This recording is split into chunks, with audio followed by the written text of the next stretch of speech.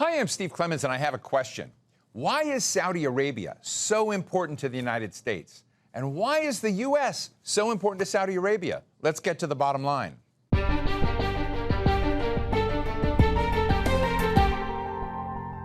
With as much pomp and circumstance as he could muster, and that's a lot, U.S. President Donald Trump welcomed the heir apparent to the Saudi throne, Mohammed bin Salman, to Washington this week. Saudi Arabia pledged to invest $1 trillion in the U.S. economy, and the United States doubled down on its military defense of the kingdom, recognizing it as a major non-NATO ally. Also on the table were nuclear power plants for Saudi Arabia, Trump's plans for Gaza, the future of Saudi-Israeli relations, and the catastrophic war in Sudan, among many other issues across the region. So what's next for relations between Riyadh and Washington? Today we're talking with Gregory Gause, Professor Emeritus of International Affairs at Texas A&M University and visiting scholar at the Middle East Institute. He's also author of The International Relations of the Persian Gulf. Greg, thank you so much for joining us today. Look, when President Trump came in the first time, his first overseas trip was to Saudi Arabia. Yes. Right? He's back again, first overseas trip to Saudi Arabia, and we just had, I think, a pretty flamboyant, very big celebration of the U.S.-Saudi relationship with the trip of Crown Prince Mohammed bin Salman here to Washington, D.C. So why does this stack so high for the United States? President Trump goes where the money is. He's very, very interested, obviously, in having American products bought, defense products bought. He's very interested in having foreign companies and foreign countries invest in the United States. And so for the same reason Willie Sutton robbed banks, Donald Trump went to the Gulf. He went to Saudi Arabia and Qatar and the UAE on his first planned foreign trip. Of course, he went to the Vatican for the Pope's funeral before that. And he is after investment. He's after sales. I don't think that the big strategic issues that tended to dominate the U.S.-Saudi relationship in the past, Arab-Israeli stuff, Iran, those are on the agenda, but they're not as high on the agenda for him as the AI deals and the defense sales. I'm surprised to hear that, because to get a different Middle East, if you're going to get out of the status quo of the constant tit for tat in the region, don't the United States and Saudi Arabia have to be locked in arms to give him leverage in that region? And didn't he just achieve that? Well, that's certainly the thinking of the Trump administration. And I think that he has revived and kind of reestablished the centrality of the U.S.-Saudi relationship for American policy in the region. But there's still a lot of questions on the table, Steve. The Saudis, as far as I could tell, at least publicly, didn't make any commitment for either money or personnel in Gaza, generally supportive, but nothing specific.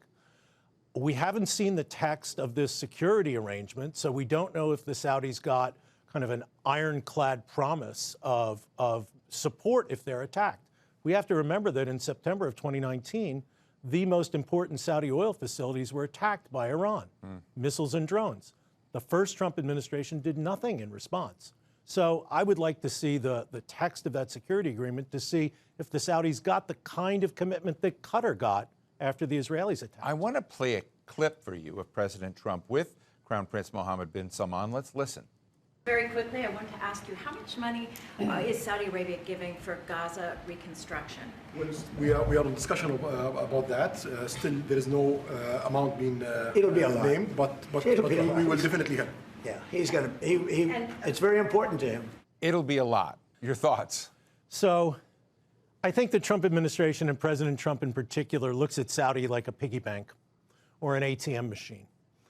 But what you have to understand is that oil at $60 a barrel, which is what it is now, doesn't give the Saudis the kind of room to throw money around that they had when oil was $100 a barrel or even $80 a barrel. The Saudis are already kind of cutting budgets at home on some of these big giga projects that the Crown Prince has promoted as part of his Vision 2030, change the economy, wean it off oil. And so the Saudis, I think, are going to be a bit more selective about how they spend their money. And on Gaza, they're not going to want to get out in front of the rest of the Arab world because they don't want to be seen as, in effect, funding a continued Israeli occupation, cleaning up for a mess that Israel created in the war. So President Trump, I'm sure, will count on the Saudis for money, and he'll get some of them. some money from them, but they're not going to be on the lead on this. I guess one of the things that I've been wondering is from the Saudi perspective, if you were to put themselves in your shoes, how much are they celebrating this moment with Washington? You know, we saw in the past that normalization with Iran was managed by China. There was a lot of shock in Washington, D.C. about China's, forward diplomacy, playing that key role with Iran and Saudi Arabia, and looking at where that might go. Of course, this is a couple of years back. But as you sort of look at the Saudi, are they just simply fooling the United States, and are they really hedging their bets and becoming a balancer between these different great powers? So the Saudis have made clear, I think, in this visit with all these agreements that were signed, that the United States is their preferred partner on security, on AI, on economics, on defense cooperation. But it's not their only partner. They signed a deal with Pakistan just a couple of weeks ago in the wake of the Israeli attack on Qatar. Now, I don't think that there's going to be a lot of substance to that Pakistani-Saudi defense agreement, but it was a signal that to the United States, I think, that the Saudis have other options. And so they've chosen the United States as their primary partner, but I don't think it's their only partner, certainly not on economics. China is their biggest customer, and so they have to have good relations with China. But what we've seen this week is a doubling down by the Crown Prince on his relationship with the United States. You've been watching Saudi Arabia for most of your career. You know the numbers real well. Donald Trump likes big numbers. He likes headlines. He likes the term $1 trillion. Not oftentimes that's said in real ways. Mohammed bin Salman's committed $1 trillion of investment to the United States. Is that real? What does that look like? I mean, when I think about it, how big is that? So $1 trillion is about the size of the Saudi GDP. It is about the size of the Saudi Sovereign Wealth Fund. The entire fund? The entire fund. The Crown Prince said $1 trillion, but he didn't say over how long a period of time. And I think that it would be a real mistake to think that $1 trillion is coming in over the next year or 2 years. I think that this was an attempt by the Crown Prince to play to what President Trump likes to hear, but also to leave himself enough room to say, that's $1 trillion, maybe over a decade. What we've seen is some distancing because of Jamal Khashoggi's murder, and now the coming back of a vital relationship that needed to move on anyway. The evidence for this is not in the Trump administration, it's in the Biden administration. When President Biden came in, he kept Saudi Arabia at arm's length. He famously called the country a pariah during the campaign. When Russia invaded Ukraine and energy prices went through the roof, his administration did a 180-degree turn. And they were negotiating a defense treaty, right? What they hoped to be a Senate-ratified defense treaty, something President Trump is not on his agenda. He couldn't get it through the Senate. The fact that President Biden came into office wanting to distance the United States from the Saudis and ended up trying to negotiate a defense treaty with Saudi Arabia is evidence that even people who perhaps were disposed against the Crown Prince because of the Khashoggi killing had to adjust to the reality of the fact that Saudi Arabia is the largest oil exporter in the world, and you want to have decent relations with that country.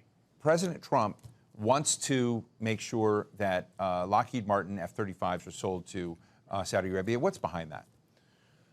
I think the most important thing behind that is just buy American. I mean, the president loves to quote the big numbers of the big deals, and the F-35. But doesn't that just reinforce that, hey, it's just defense and oil, military? It's surprising to me how little oil was discussed in the summit, at least at the public level. In the same way, it's surprising to me how little kind of the classic regional diplomatic issues, Iran, Arab-Israeli, and nowadays Syria, they didn't seem to be very high up on the agenda either. You know, oil men, military officers, diplomats, and now we're going to add AI executives to the people who are going to be going out to this part of the world. You mentioned Iran, and you think it wasn't much discussed, but it was discussed a little. A little. And the president did mention Iran, and the president sort of intimated he might be interested in a deal with Iran. The president's talked about a deal with Iran since the first term. I think the problem here is that he didn't move while the Iranians were on the back foot after the 12-day war, after the American bombing, when perhaps the Iranians were so kind of off-kilter that you might have been able to engage them on limitations on their nuclear program. I think the problem here is that the president is open to a deal, but he's waiting for the Iranians to come to him. I think the Iranians are waiting to hear something from Washington. Now, there might be stuff going on behind the scenes. The Saudis would, I think, be very happy to see an American-Iranian deal, something that they would not have been happy to see during the first term, because MBS has kind of changed his tune on this. When he first came in, he was very elbows out, very aggressive rhetoric toward Iran, military action in Yemen, blockading Qatar, things like that, and the killing of Jamal Khashoggi. I think he was throwing his weight around. He thought Saudi Arabia was a superpower. He's learned, I think, over time from the failures of that very aggressive policy. That policy led to the Iranian attack in September of 2019 that I mentioned earlier, and he found out that he maybe couldn't count on the Americans. I think it was a mistake. A lot of people in the U.S. thought that Saudi Arabia would be happy with the Trump administration attack on the Iranian nuclear facilities. I think the Saudis worried about it. They're very focused on economic transformation, and in order to get the trade, the tourism, the investment from the outside world, they need a peaceful region. And that's the line that they have been using for the past 4 years. The real regional superpower that we've helped build up is Israel. And Israel does have F-35 planes. They've got a lot of them. They're very, very expensive aircraft. And it's why the F-35, gesture is pretty shocking in some way to many observers, because it would turn this, it would take away the monopoly of air power that Israel has and share that more broadly in the region. I'm just really interested in the dynamic that's evolving from your perspective between this White House and Prime Minister Netanyahu in Israel and the Israelis right now, which really haven't, he's got, a love hug around one side and a love hug around the other side. Is there something going on there in terms of challenging Israel's superiority in the region? So I think that the president has a view that eventually he's going to get the Saudis and the Israelis together, and that the Saudis are going to join the Abraham Accords. And so he doesn't worry about selling the Saudis F-35s. And my guess is that he's promised them every bell and whistle that the Israelis have in theirs. The Israelis, of course, worry that anything that reduces what in American legislation is called their qualitative military edge, which the U.S. is by law committed to sustain, right? That they will lose that qualitative military edge. I think that the president is confident enough in his own abilities to bring the Saudis around on the issue of normalization that he will give them what they want. And as he said, he's got a lot of leverage on Prime Minister Netanyahu. That is for sure. He got him to finally stop the war in Gaza and accept the ceasefire. He made him apologize to the Qataris for the bombing. I think Trump thinks that he can bring the Israelis around on just about anything. Let me ask you about nuclear power, because that was also a big part of this deal, were nuclear power plants. Why does Saudi Arabia place such a priority and premium on nuclear power when it's got more of every other kind of power in the world? So if you ask the Saudis, the official answer is, we need nuclear power in order to be able to sell more oil. We need nuclear power in order to be able to run our desalinization plants, which are essential for our population. Right now, we power them by burning oil. That's wasting money. We could be exporting that. And now we need nuclear power plants to fund these data centers and supply them with power that we're committing to and are such an important part of the American-Saudi relationship going forward. So that's the official line. But I also think that there was a desire to have the capability of enrichment in case the Iranians did break through and weaponized their nuclear program and develop nuclear weapons. The Saudis wanted to be able to do that themselves. Now, that's a technological challenge as well. But if you don't have the enriched uranium, no matter how good your technology is, you're not going to get a bomb. Let me ask you another question about foreign policy a little bit south of the MENA region, and that's in Sudan, which is another item that came up. And Mohammed bin Salman is really helping to redirect the focus to that and telling the United States there's a deadly war going on there to try to get U.S. involvement. Do you expect he's going to succeed in getting the United States to trigger more active engagement in that crisis? It does look to me like the only thing that got President Trump interested in Sudan, and he admitted he didn't know anything about Sudan, was MBS raising the issue publicly to him. I mean, in the same way that MBS presented President Trump with the new president of Syria, Ahmadinejad, during Trump's visit this past spring, MBS might be the person who can put this in front of Trump. And of course, the president loves to be able to say that he's solved, 8, 9, 10 conflicts. If he could add Sudan to the list and actually bring about some kind of political settlement in Sudan, it would strengthen his case that he might actually deserve a Nobel Prize. I think one of the interesting dimensions of this is that Saudi Arabia and the UAE are almost never on the opposite side of anything, and it seems like in Sudan they might be. There's a lot of complexities here, so I want to put that out there, that UAE seems to be backing the militias that are challenging the Sudanese government, while Mohammed bin Salman is asking President Trump's help to come and, basically create a stability and peace there. Is this something indicative of any fracturing from your perspective between UAE and Saudi Arabia? So there are tensions between the UAE and Saudi Arabia. There's no question about it, but I think they can be exaggerated. The question for me is, did the leadership of the UAE basically indicate to MBS, see if you can get Trump to throw us a line to get us out of this problem? Certainly folks in the UAE are beginning to realize that this is harming, their involvement in Sudan is harming their international reputation. And a lot of their economic plans going forward have to do with having a good, solid global reputation as a responsible player economically and politically. And so this might have been something that the UAE indicated. I have no information on this, but it's possible that the UAE leadership said to MBS, if you can get Trump involved, maybe that wouldn't be the worst thing. But there is, I don't want to exaggerate. There may be cooperation yes, behind there could the be. scenes. There could be. I don't want to exaggerate the differences between the UAE and Saudi, but there are some differences. Yes. Let me ask you about the legacy of relations between the United States and Saudi Arabia, which you clearly know a lot. And I was reading recently about Franklin Roosevelt and Churchill and Abdulaziz Al Saud, the founder of Saudi Arabia, and all of those dynamics and the deals that came together. And knowing a number of the royal family members that I've known, and particularly in the foreign service from Saudi Arabia, that American relationship was such an anchor for that national identity, for the deals that were cooked up with Roosevelt. Can you share any insights with us about that time and the forging together of interests, and either how it's come apart or how it's still holding? Well, it began with oil. I mean, the American oil companies were in Saudi Arabia before we had an embassy there, before we had a consulate there. It really was the American oil companies that brought the issue of Saudi Arabia to Washington during World War II and said, look, oil is going to be really important in the world order, and we need a relationship with this country.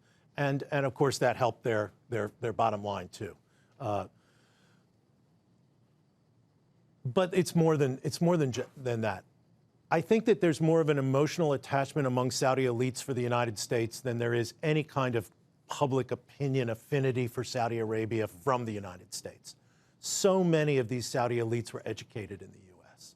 They got their undergraduate degrees. They got their graduate degrees here. They speak English perfectly. They vacation in the U.S. They might even own property here.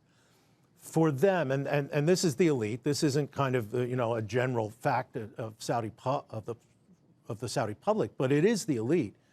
They are, I think, emotionally connected to the United States in a way that doesn't go the other way from the U.S. to Saudi Arabia.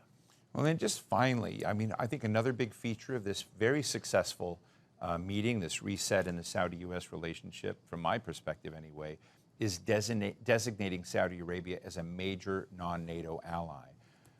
Do you think that's a big deal? I think it's a big deal Yeah. for that designation so overtly. Yeah. And wondering, you know, is that rooted? Is that sort of the beyond oil moment that we're now oil and security in different ways? So I'll disagree with you there, Steve. I don't see it as a big deal. I mean, Bahrain got it before. Oh, so, did they? oh yeah. So I don't think that's the big deal. To me, the big deal is these AI companies that are going to go into Saudi Arabia, right? The relationship began with American oil companies going into Saudi Arabia, and that's why America cared about this country. If we have an infrastructure of American, Saudi, cooperatively owned AI data centers that are linked in to the AI system, right, in Europe and North America and throughout the world, that's the best guarantee of a United States security guarantee to Saudi Arabia, better than anything you can write on a piece of paper or declare a major non-NATO ally. You know, just to extend a little bit here, the other interest I have is the United States did a lot of these same things with India, and trying to basically take India out of this, you know, this camp that was just sort of between China and Russia and non-aligned, and bring it very squarely in. 3 decades of diplomacy and work to do that. Extraordinary. And then we have this dust-up over who did what to whom in the Pakistan-India escalation, what role President Trump played or didn't play, and then massive tariffs applied to India that has really damaged the relationship in a very dark way. And, you know, part of the explanation President Trump gave to this was because of India's exports of, or imports you know, of from Russian China oil. and Russian oil. Yeah. And I guess my question is, could Saudi Arabia, if it flirts too much with China or other players, face the same fate, disaffection after so much affection? So President Trump is very mercurial. I don't think that anybody can doubt that, given how much he invested in the improvement of relations with India and then how he just blew it up at a time when, if we actually are concentrating on China, India is the natural partner because they worry a lot about China. I think the difference between India and Saudi Arabia is President Trump sees a lot of money in Saudi Arabia that he can access for American national interest purposes and, of course, for his own family's economic interests. They have a number of real estate projects in Saudi Arabia already. Well, Professor Gregory Gause, visiting scholar at the Middle East Institute, adjunct scholar at the Texas A&M University, knows a lot about Saudi Arabia. Thank you so much for joining us today. My pleasure. So what's the bottom line? Saudi Arabia is an oil and gas juggernaut in the world, and the promise of a future, more stable Middle East really depends on the U.S. and Saudi Arabia having a strong relationship. Tensions rise and they fall, but there's always a return to pragmatic deal-making between the U.S. and heavyweight nations like China and like Saudi Arabia. Crown Prince Mohammed bin Salman's successful and even flamboyant visit to Washington punctuates a major positive reset in the Saudi-U.S. relationship after a downturn during several Democratic presidencies. Politically, that gives Donald Trump many more options in the Middle East, and in balancing, dare I say, even offsetting Israel's aspirations in the region. And it may even give Trump a chance to cut a new deal with Iran in the not-too-distant future. Donald Trump may be playing his foreign policy hand better than many give him credit for. And that's the bottom line.